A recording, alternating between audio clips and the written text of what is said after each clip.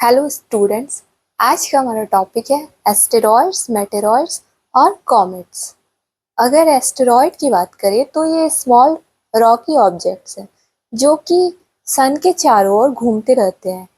ये asteroids Mars और Jupiter के बीच ऑर्बिट में पाए जाते हैं। ये अलग अलग साइज में पाए जाते हैं। कुछ तो बिल्कुल छोटे होते हैं जबकि कुछ हंड्रेड्स ऑफ किलोमीटर्स वाइड भी होते हैं। इनमें जो सबसे लार्जेस्ट है वो है सेरस। इसके अलावा 4 वेस्टा, 52 यूरोपा, 1862 अपोलो कुछ अन्य एस्टेरॉयड्स के एग्जाम्पल हैं। अगर मेटेरॉयड्स की बात करें तो ये एस्टेरॉयड से काफ़ी छोटे होते हैं। ये बेसिकली एस्टेरॉयड के ही ब्रोकन पार्ट होते हैं।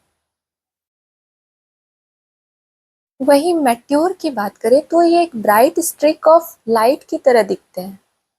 ऐसा कब होता है? जब कोई मेटेरॉयड जो है अर्थ के एटमॉस्फेयर में एंटर करता है तो वो बर्न अप हो जाता है, जिसके कारण इसे शूटिंग स्टार भी कहा जाता है।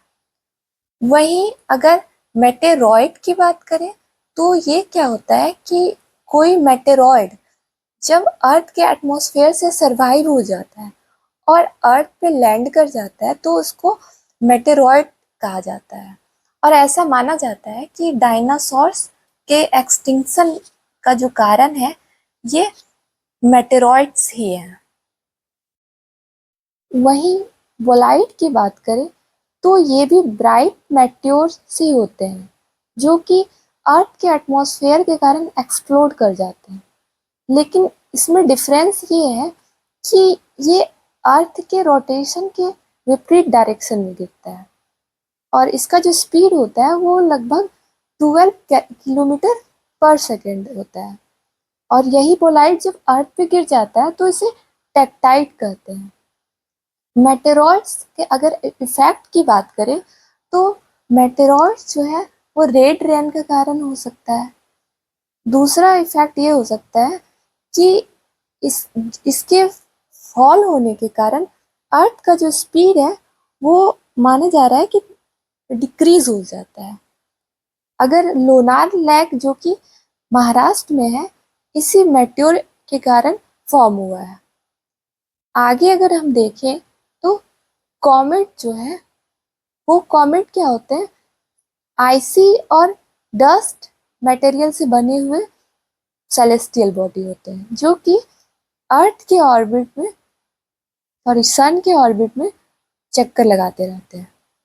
अगर इसकी बनावट की बात करें तो ये जो है 3 पार्ट से मिलकर बना हुआ होता है।